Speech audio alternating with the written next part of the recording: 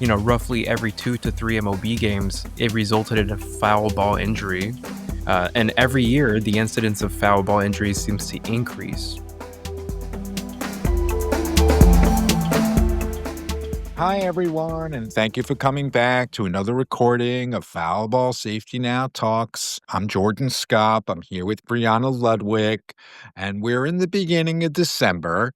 And there's some news that I want to share with everyone before we bring on our guests. People who have been listening know that we turned the tables and our guests are prepared with questions for us. But just a little background.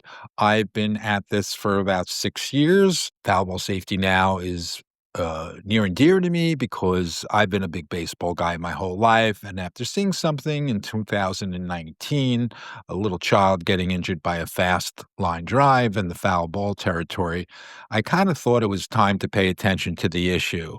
It's been quite a ride working with Brendan for 6 years, working with Brianna now for over a year, and just discovering one thing after the other, which is definitely head scratching. So we are happy to present. People may have not seen the website Foul Ball Safety Now, but we have three exhibits, which we call Exhibit A, Exhibit A1, and Exhibit A2. Three exhibits that people should see: a 5-minute video from ESPN from 2019, which is the Exhibit A, and then Exhibit A1, which is it's a data set of what we learned about a report that was published back in 2019 by a publication called 538. And Brendan and I spent a little time on looking at that, incorporating our own research into it. People will see for themselves just how many foul balls there are in a regular season, and everyone should be curious to know just how fast they were going and where. So I think you're going to figure that out. And then Exhibit A2 is unfortunately an umpire that was hit seriously by a line drive, and he was doing his job and he was just paying attention. As anyone, what you may hear from time to time, they say, pay attention, be careful when you're at the game. But I think that argument doesn't really hold any weight because you could be staring without blinking, similar to an umpire doing his job, and you can get one right between the eyes, which he did in his head. And he hasn't been back to work. As far as I know, he did not get back to work, and this happened in the spring, and he was out for the rest of the year with a head injury. So people are going to see all of our new discoveries, people reporting injuries in 2025. You can see that on one of the links. So many things that don't make it to the papers. Also, fortunately, for better or for worse, social media, people are putting out their injuries, their own recorded injuries, and they're making sometimes silly videos, but also with serious messages about why he better be careful at the baseball game because of what happened to them.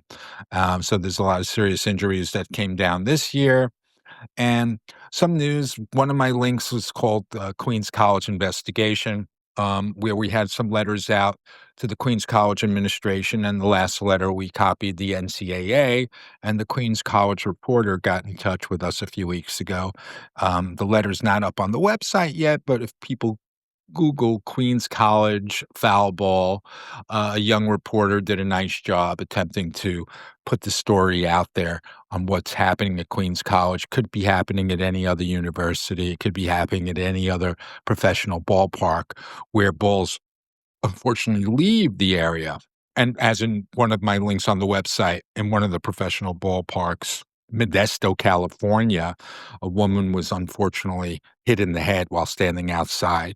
And it's nice that the Queens College student contacted me months ago, and what he shared with me was there was a team-wide anxiety that they were worried that this can actually happen. So we're trying to alleviate the burden that the young athletes feel, and unfortunately, they're probably feeling it case by case, college by college, professional team by professional team, to some degree. And we would love the game to be played where the young athletes can play the game in peace and not be burdened and suffering maybe in silence that they could be part of hurting or killing. But it's starting to come to the surface. We're meeting new people every week and having interesting discussions. So it's great when we know when we have already talked with more than 30 professional athletes over a period of a few years. Now we're connecting with people more regularly And when you connect with 5 to 10 people in a week or 2 and hear a lot of their stories, whether they're coaches or players, it reminds you just about what the underlying anxiety is, or at least the anxiety that this community is feeling, but they're not really freely expressing themselves. So we'll get to more, but I'm glad we got the new article. It should be dated yesterday. We're Wednesday, December 10, and the article I think is either dated today or yesterday. Queens College, foul ball. Google it. All right, Brianna, how are you today? I'm doing good. I'm excited to hear your insights today, as well as some thoughtful questions from our guests. So, without further ado, I'd like to welcome Carlos Brian Francia. He is a medical student. Welcome, Carlos.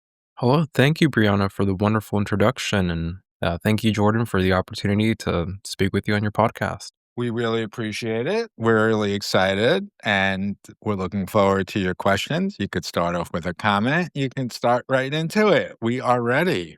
Yeah, I had the privilege of going through the website, and I always knew about foul balls.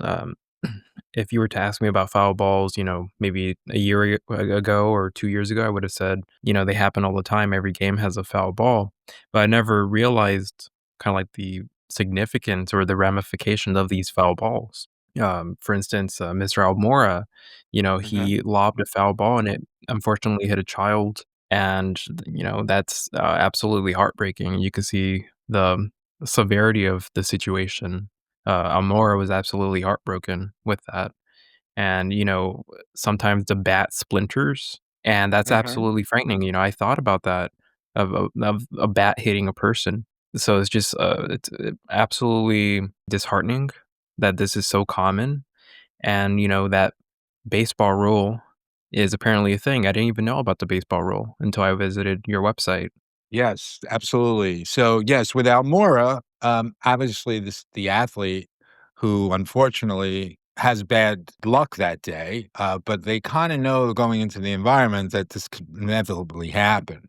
Certainly felt bad for the guy in 2019. It raises an interesting question. What would the team psychologist or the mental health professional for the team offer the player? I really don't know what much they can say because that's part of the workplace environment. You wouldn't blame the athlete if they didn't want to put themselves back in it. Who wants to go to work and be responsible or be part of a team that's responsible for slamming a ball at a kid? I'm not sure how that all took place afterwards, the aftermath, but unfortunately, these players are back at it right away, and unfortunately, it could happen again.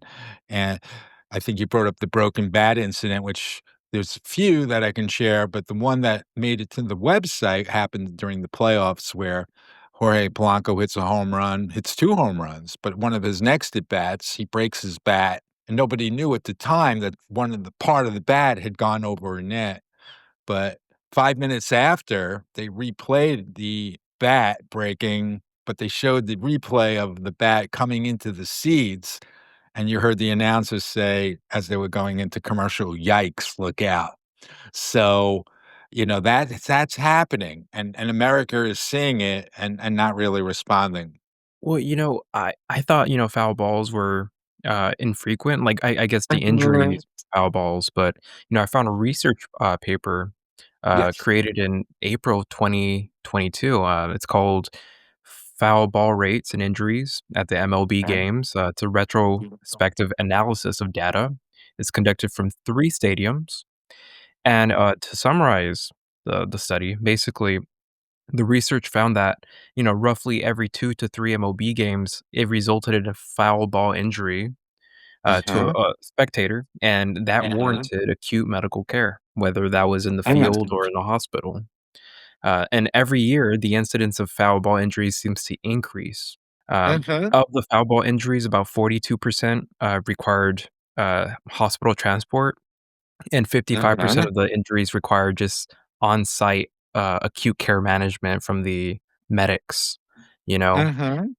And, We'll certainly oh look into that piece. That sounds really yeah, interesting. I can definitely send it over to you, and, the study also found that, of all the spectators in these 3 Mhm. stadiums throughout the study, roughly Mhm. 5.2% of these spectators were victims of foul ball injuries. Yeah, it's really compelling. We have Exhibit A1 up on the website that we can cite because we did our own research on it. That was a published report by 538 in 2019. That's a publication called 538, a lot of numbers. But publication 538 puts out this report demonstrating where the danger zones would be, or the more the or zones, seating zones where they would consider hot zones. Similar if you're just past end of dugout and where balls can be coming at 100 in a split second. And clearly, that ESPN video from 2019 demonstrates if you're sitting past end of dugout in a professional ballpark, you're in deep doo if a ball comes at you at that speed because it's going to hit something and it's going to hurt.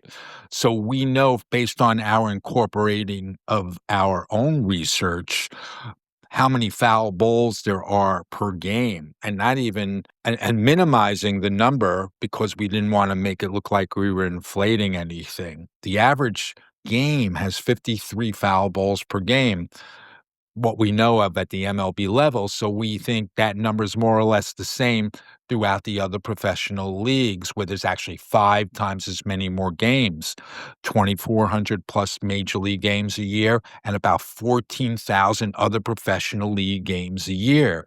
And based on the number of 25 as opposed to 53, a simple math problem that we can all write up, 14,000 times 25 is 350,000 foul balls throughout professional baseball, excluding MLB.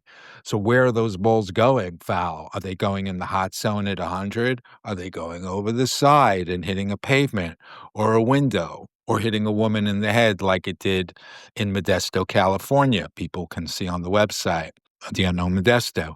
So it really begs the connecting the dots of just how fast these balls were going into some of these zones. And if if it was 20% the balls going into the hot zone by third base, where there was no netting past end of dugout, well, were they going at 40 miles per hour or were they going at 105?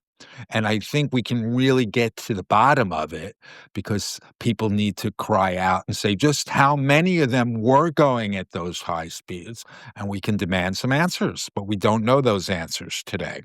So we want people to figure out for themselves. From the research I've done with foul ball safety now, I definitely think that study that you mentioned is accurate, Carlos. There is an average of every 2 to 3 games are resulting in an injury. So, logistically, the MLB is currently not required to report fan injuries. And you'll also see, like you mentioned in your study that you brought up, only 3 stadiums participated in that study, which is pretty representative of most studies that have been done where there's little compliance from the MLB, and it's all independent research.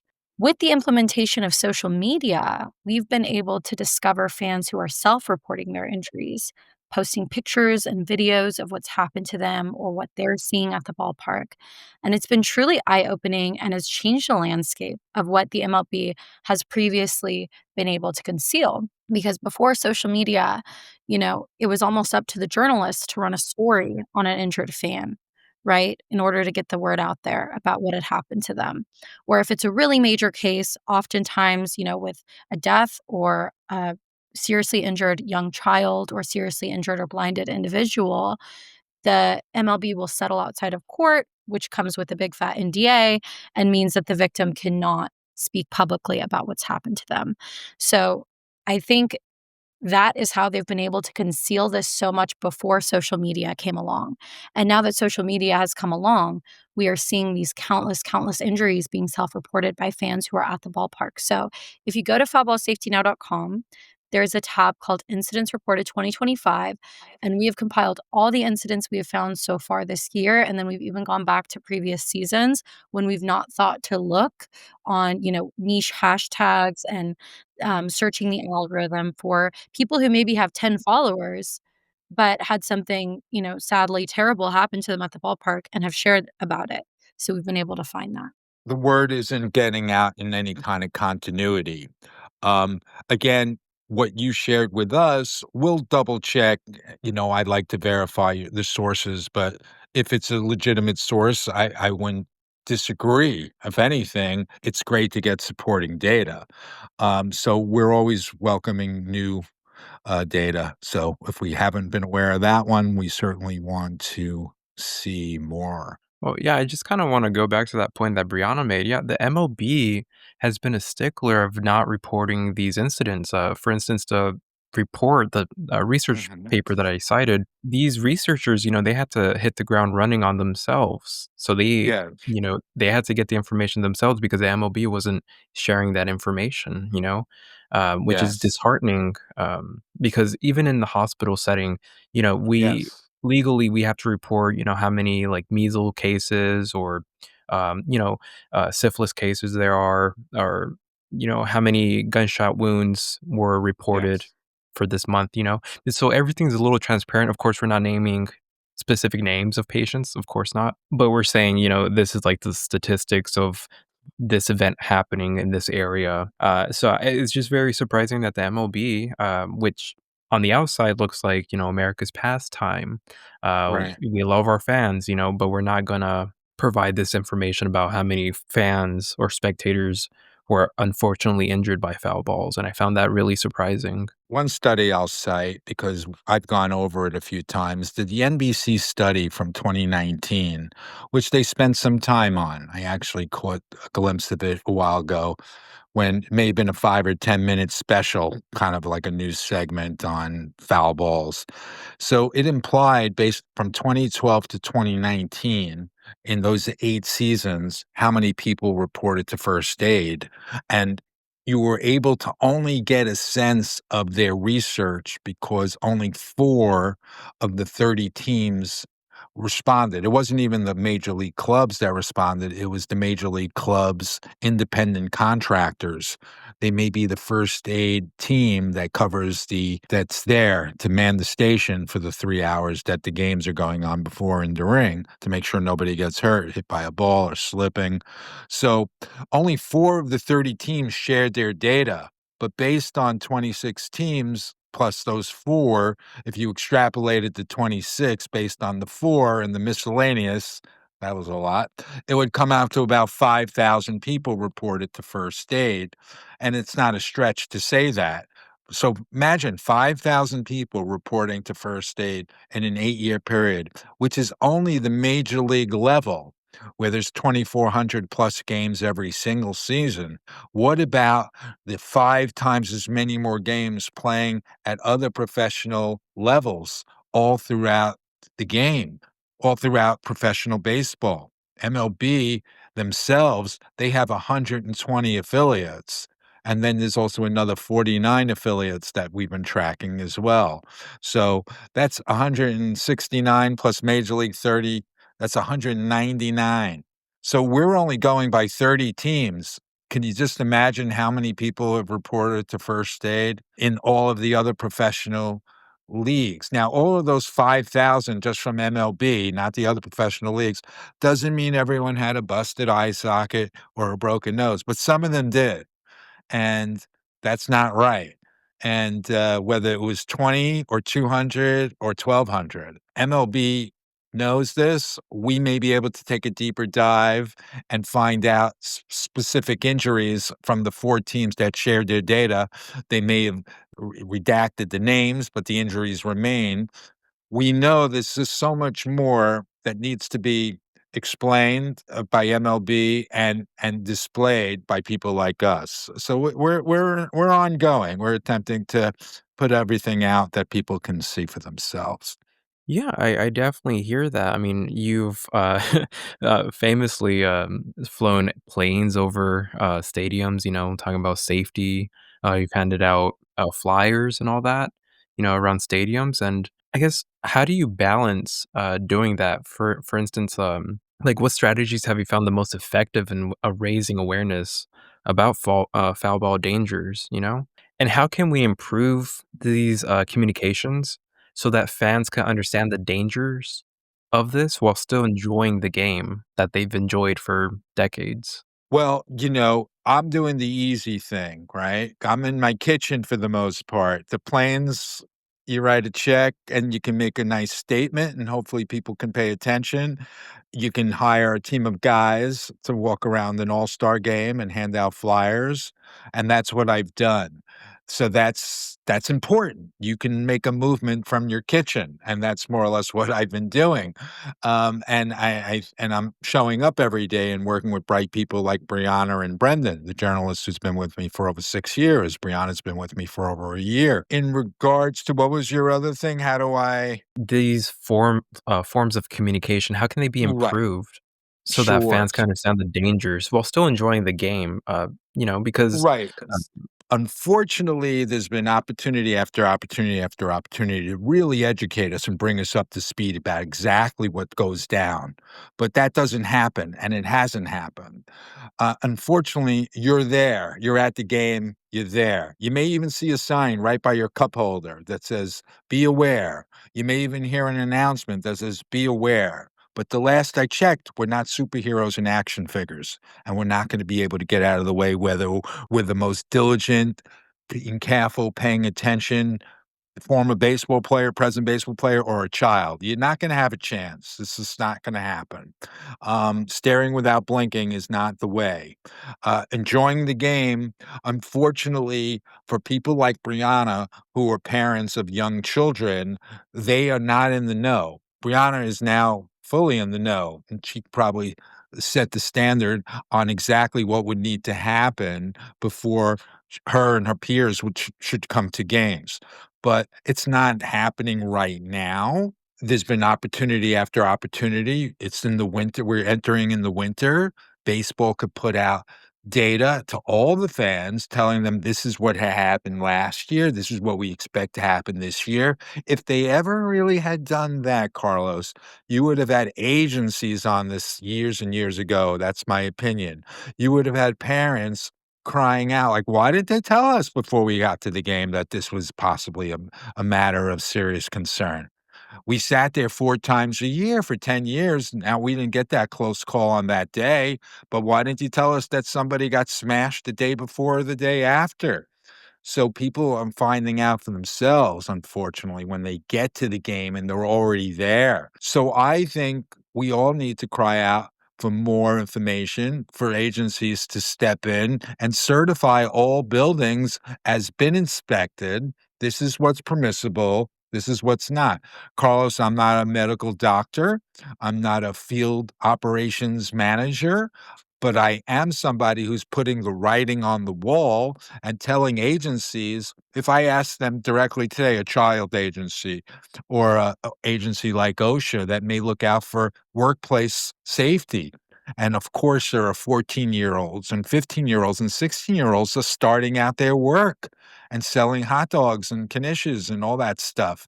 And what's going on with those guys? They're walking with their backs turned, let alone even looking at the play. And where are they? Would they may respond retroactively if we effectively communicate with them today? Let's hope so. But it's really time for all of us to deliver the information, let the agencies react how they should have reacted, better late than never. And same thing with the fans. They should know what they were subjected to, and they should be hungry to learn about what important information they may have missed. They may realize all those good times unscathed were maybe good times under false pretenses. So be it. That's fine. Now we could finally move on and maybe really incorporate the word integrity in the game. But there's no integrity in the game if this information is not known. Or can't be integrity in any game if important information's been left out of the day-to-day operation. We definitely welcome anyone who's listening who has ideas on how to spread this information to reach out to us. You know, if you go skydiving, you have to watch a video on the risks. It's not fine print on your ticket like it is at a baseball game. When you go to a trampoline park, you have to physically sign a waiver. So much more can be done to accurately inform people. I don't know, maybe the MLB is afraid of scaring people away. There's definitely an art to communicating risk without scaring people away. We had a scuba diver instructor on one of our recordings before. which scuba diving is a very risky activity, right? And she has to communicate those risks to her students to save their life. It's of the utmost importance. But she also has to do so in a way that she doesn't scare them away. But also, I think people have a right to be scared away at the same time, because knowing what I know, I would never take my child to a game, but I know things that most of the general public is not aware of, which is gut wrenching, as you were saying, Carlos. Like, every parent deserves the right to make an informed decision for their child. Every person, every human being deserves the right to know exactly what they're walking into. And that's where the real work is starting for us, is just informing people. There should be ground rules, Carlos. And what happens when information is finally put on the table? You really have a genuine dialogue. And that really hasn't happened as of yet. The heart of this movement, really, we're just trying to get the message out there and allow people to make that decision for themselves. Well, I think a good idea to, spread the information is to incorporate, hospitals and medical schools. So, for instance, New York has a plethora of medical schools. For instance, New York Medical College, there's Columbia University Medical School, and you can disseminate information to the medical students. And some medical students are willing to advocate for their patients, are willing to do research to get the numbers, the information out. And of course, you can always reach out to the ER departments of local hospitals around that area of the stadium. For instance, emergency medicine doctors, sports medicine doctors, pediatric doctors, because a 3 week old child's getting hit in the head with a ball going more than 90 miles an hour. It's horrendous. It was absolutely just stunning that it happened, and I'm glad that the child survived, but I'm not a parent, but I have nieces, nephews, and hopefully children in the future in a couple of years, and if that happened to my child, I'd be devastated. And so I think as healthcare professionals and soon to be professionals, I think we should, want to advocate for our fellow humans? Just hearing stories that we've heard and even having these firsthand experiences calling hospitals and fishing for information and actually hearing of a child that was in critical care and then upgraded to intermediate care. I mean, just hearing that they were at critical care status for even a minute is like unbelievable. And I had found that out in the state of Illinois when I had called. The nurse may have not been allowed to give me that information, but I somehow got that. There were 2 3-week olds that we know of. The one that you may have discovered was a little girl in Hickory, North Carolina, which she may have not been hit by a 90-mile-an-hour ball, but it went up and it came down and it hit her, and she was in critical care. I think she's on the road to great recovery after that incident, and she healed supposedly very fast, but it's not always the case. Brendan and I have interviewed more than 20 victims and family members, and we've interviewed 2 people that have actually lost eyes, and we've interviewed people who were children and still are pretty young. One girl who was 4 years old got really hurt at her first baseball game, and she's had a long-term head trauma, post-neurological issues. She's been great. She's participating with Brendan and I on these interviews and on these virtual press conferences. And we also interviewed with Irwin Goldblum, whose wife unfortunately passed. She was at the Dodger game in 2018. She was hit by a 93-mile-an-hour ball, according to what the number they said was. But it was funny. It was not funny, but it was ironic how the general public didn't even learn about it till months later, till almost the next baseball season, because she was hurt in August and died a few days later. So for the whole month of September, nobody knew in that section that a woman got hit and died a few days later. I think people would have wanted to know that, but that wasn't advertised, and it should have been. And we could just take it case by case. There's a lot of unknowns, and all we want to do is really present and put our research on the table and have constructive conversation, because constructive conversation is going to get the attention of the agencies. And just coincidentally, Carlos, we had a guest on who is an employee of OSHA, and she was coming on as a guest. She found us on a similar platform that you found us on, because a lot of these middle-aged career people are also aspiring to be actors and other things. So it's great that we're meeting really intelligent, smart, thoughtful people on these platforms. So we can all do more, and we encourage, our relationships to continue beyond this call. And your insights are tremendous. And we're happy to answer any other questions if you have any. Well, yeah, well, I have more of a statement. I think it's important that the Sure. public knows that a traumatic brain injury, any type of head trauma, for Mhm. instance, having a car accident, having your head hit the steering wheel, that's a traumatic brain injury. It's not a one and done situation. You don't just recover and, you know, yay, I'm fully recovered. No. Mhm. Whenever there's a traumatic brain injury, the brain undergoes inflammation. That's just like an Yes. immune response, and what happens is that you have these little immune cells in your body that start to pick away at the damaged tissue, and some of that tissue regenerates, but it's not Right. the same. It's not the same. And so, one of the complications that we worry about with any type of head trauma is, pituitary apoplexy. Basically, Mhm. it's when the head gets hit so hard that the blood supply to the pituitary gland is severed, and, Mm. the pituitary gland is in charge of, like, hormones, and so now you have hormonal imbalance. It can happen to Okay. anybody at any age. If it Right. happens to a 40-year-old woman, you could Mhm. have some hormonal imbalances. If it happens to a child, that's a whole life of just being placed on medications, for one Yeah. incident. And if you get hit in the eye by a ball, hopefully your vision recovers, but your eyes undergo inflammation as well. And, there are two parts of the bodies that has immune privileges. Okay. They have a different immune system from the other part of the body, those being the eyes and those being the testes. Now, for the Mm. eyes, when one eye is injured, the immune system becomes aware of that separate immune system. And so now there's something called, like, a layman's term is called spared eye syndrome, in which the Mhm. eye heals or it Mhm. doesn't.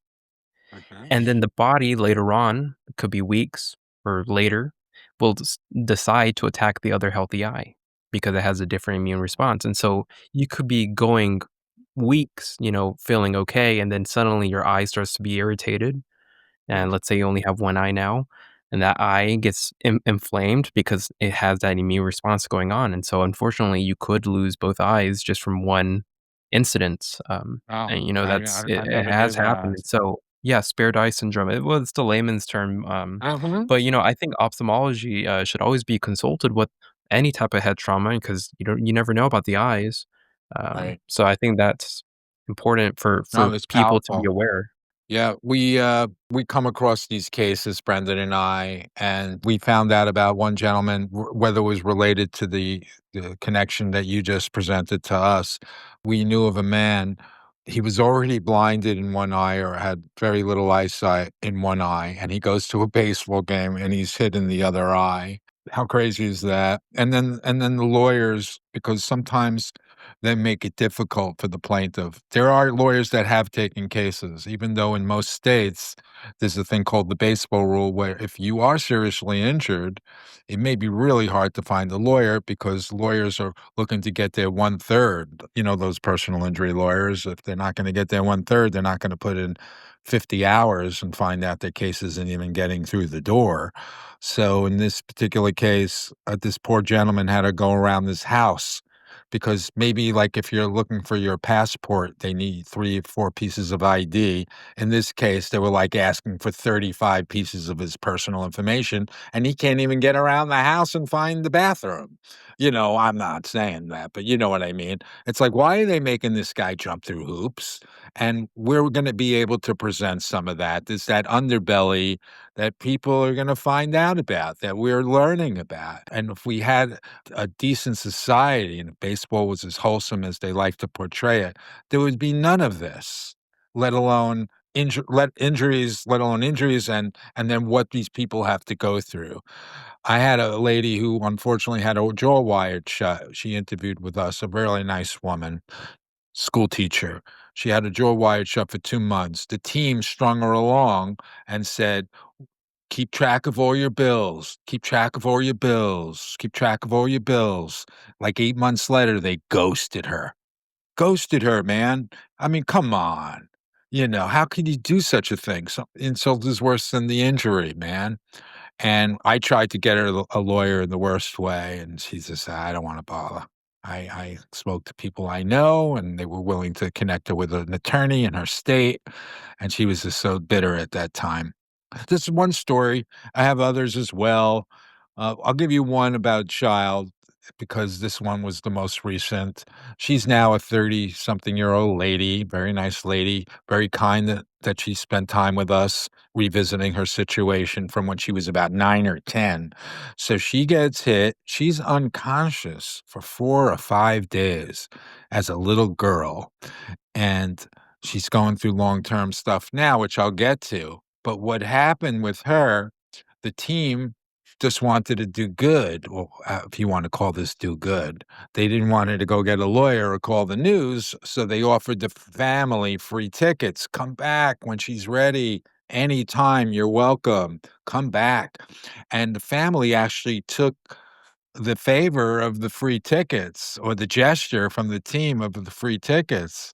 But I have a sense that this woman is now taking the attitude of maybe my parents should not have taken those free tickets and should have told the team, take care of the problem so another little girl's not going to be smacked in the face or in the head.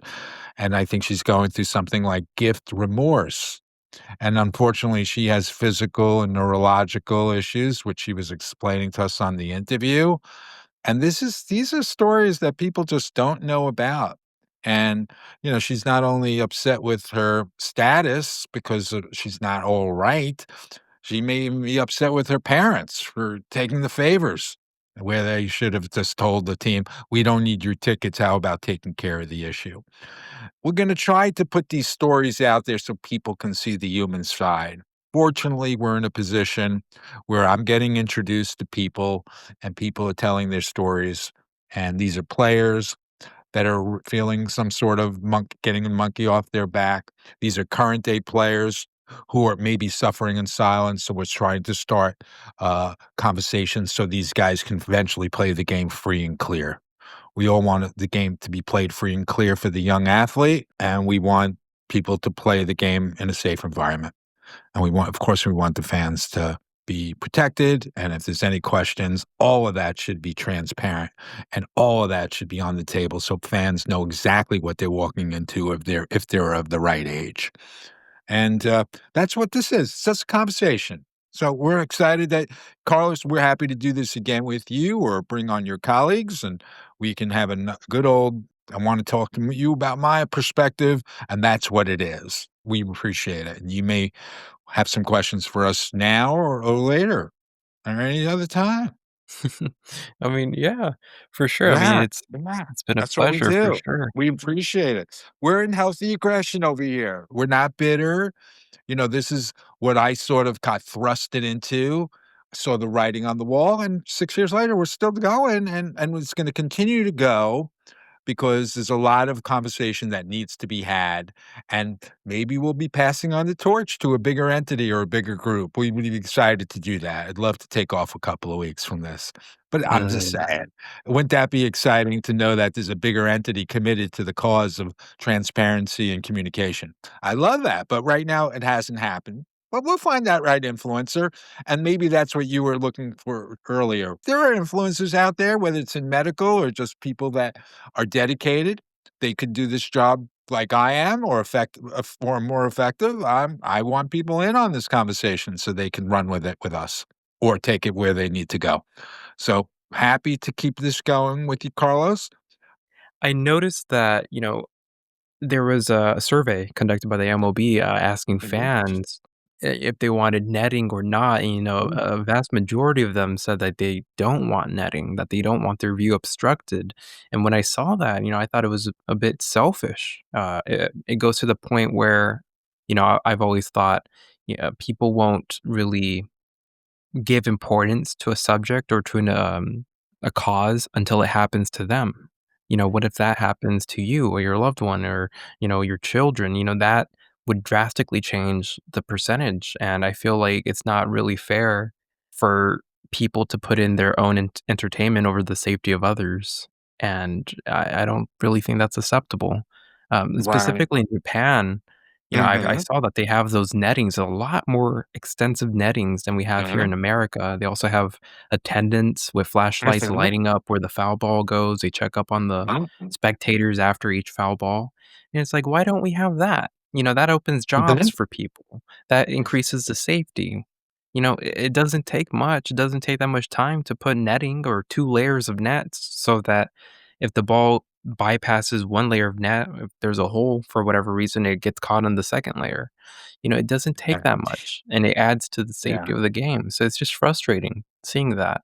I have issue with some of these surveys, and if MLB put that survey out, at the same time, they're withholding all this information, what they've known winter after winter after winter. So how can people really fairly take part in a survey if you're withholding pertinent information that would certainly sway their opinion one way or another? But include that before you put the survey out if that's what they were doing. I agree with you. Japan is certainly doing things that are proactive. They may not have a perfect system, but they do certainly communicate. Even sometimes people may say dark comedy, weird humor. They'll even show a fan getting carted off on an ambulance in animation up on the board, but it's telling people it's not a free ride at the game and try to be careful and pay attention. And as you mentioned, the team attendants, I think they're blowing whistles telling people it's coming, it's coming, it's coming. So they're giving you some notice that the ball's about to enter your section. It's something, but it's proactive. Again, they also have this section called the excite seats where they allow I saw on a video young people who may not have any business being exposed to line drives, even with a helmet and a glove, because last I checked, the helmet doesn't block your face. So why are they letting 11-year-olds be subjected to 100-mile-an-hour line drives? My eyes could have deceived me, but I'm not saying that's the fact, but I think I may have noticed that. So, but clearly the culture in Japan is more out front, more open. I would want to know if I was sitting in those excite seats, if there were any age limits or not.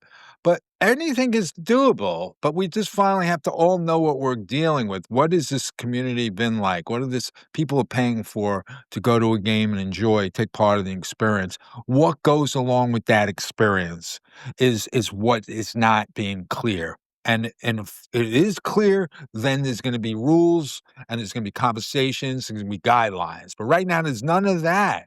Improvements are okay, but they're not solutions. Inside and outside ballparks have issues. 30 to 40 ballparks in the professional ballparks that we know of still have no netting past the end of dugouts. Anyone who sees that 2019 video, that horrific video that sees kids getting smashed, will say, why the heck in 2025 would 30 to 40 cities still be operating this way?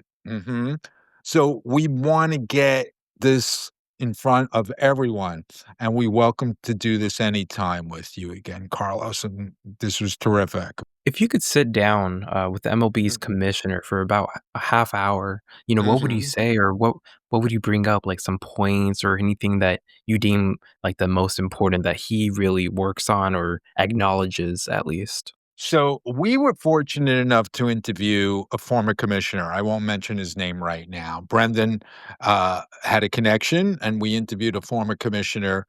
And from my point of view, the commissioner who we spoke with, who was once a commissioner of MLB, we didn't think the interview was as transparent as we would have liked, or maybe he was a little more he was been out of the game for a long time and he was disconnected in all fairness. But that being said, a current commissioner, if I was sitting down with a current commissioner, and this in this case it's Rob Manfred, he's been in the game for maybe 40 years. He's been the head honcho for about 10 years, a very bright lawyer. So I would say that this is a dark legacy that we need to all finally look at once and for all. This is not going to be kept under the rug much longer because there's enough people now committed to this conversation that want to finally bring it to light. Let's move on. Let's get to the point where we can say, you remember the dark ages back in 2025 and before. And once we can do that, we can then start carving out a future where everyone who goes to games, fans, spectators, fans, workers, players, can all play the game free and clear, can all sit there free and clear, can all know what the risks were and no more of those same risks. And whatever risks remain, it'll be those daredevils that are 21 and older that say, "Bring it on." And if they're not drinking alcohol and they're a clear mind, I guess running with the bulls, is allowed. You could run with bulls, but a lot of us would not run with bulls. If there are 21-year-olds that want to take where the risks remain, the dare and the challenge of that experience, maybe that's okay. Other than that, I'm looking for a civilized baseball society. And we've not had a civilized baseball society. It's possible. There are solutions. People can go on my website and see freedom for baseball players. I am outlining to the baseball players, you do not have to live in shame. You've been indoctrinated into this silence where you could express yourselves. I've asked 2 athletes in the last 10 days. I said, "Would you like to play the game free and clear?" "Yes." "Would you like to be better defense mechanisms than other than just heads up?" "Yes." Because unfortunately, in some cases, when there's people in parks and these colleges are playing games in public parks, their 400-foot bombs are going into areas where they have to scream, "Heads up!" And that's the only line of defense. Not acceptable. And these student athletes shouldn't have to be subjected to any of that. And these professional athletes, like in Modesto, should not have to be subjected to knowing that it could be them or one of their teammates. I would just say, Mr. Manford, it's time. It's now. You've had some challenges along the way. There may be a chance for you to guys to come out clean, but you're going to have to acknowledge some of this. And I hope I would go along with it. But until then, it's been kick the can down the road, legalese, doing what they can to make it miserable for the plaintiff. And it's not good. There's no good report to share about the past legacy on MLB. But is there a chance that integrity can be incorporated into the game? Absolutely. It's the game I love. And, that's just the way it goes. It's mud on your face and let people see just how much mud on their face there really was. And we need to show what it is and they can decide for themselves. So, I mean, that's really it. We're in the dark ages and we want to get lighter and we hope to get there. And we hope you can help. Well, yeah, the darkest of nights bring out the brightest of days, right? All right. That's good. That's Mhm. Yeah, good. wisdom, wise And good beyond my years, wisdom. yeah. That's right. So, Done. Carlos, going into sort of your knowledge of medical care, how quickly do you think trauma can escalate in a stadium environment where the medical care on site is obviously very limited? And what are the gratifications of that? So it really depends on the demographic, whether it's an adult or children. Children can be pretty tough. However, that comes with a downside where if they start tanking, where the health starts to spiral downwards, it goes down quickly, like really bad. And for adults, I feel like given head trauma, let's say it's a head trauma specifically with a blowout fracture. That means like the bone around the eyes fractures. First of all, if it's strong enough to break the bone of the skull, it's strong enough to cause some trauma to the brain. And then the bone fragments could get into the eye or cause irritation or anything like that. There's also a hemorrhaging and blood loss. It's always a serious matter. And so, you know, when we think about stroke patients, we'd say time is brain. I think the same thing applies here, where, every minute that passes by where that individual is not going to a hospital quickly enough, that's detrimental. Even a small thing like a concussion, that could be an underlying brain bleed, and some people try to play it off. "Oh, I just have a headache, I'm fine, give me an ice pack." Meanwhile, they have, like, a bleed forming. And so, with any type of head trauma, you wanna get that checked out for sure, and I wouldn't risk it. I mean, maybe 20 minutes tops from seat to hospital, I'd be comfortable with. For children, I'd try to limit that even more. Uh, uh, yeah, pretty much that happens. Thank Wow. you. That was really great. Carlos, this is really interesting that we're discussing all of this. We've had some interesting guests on from the medical background as well, and we welcome doing this again. I want to thank everyone for joining us today at Foul Ball Safety Now Talks.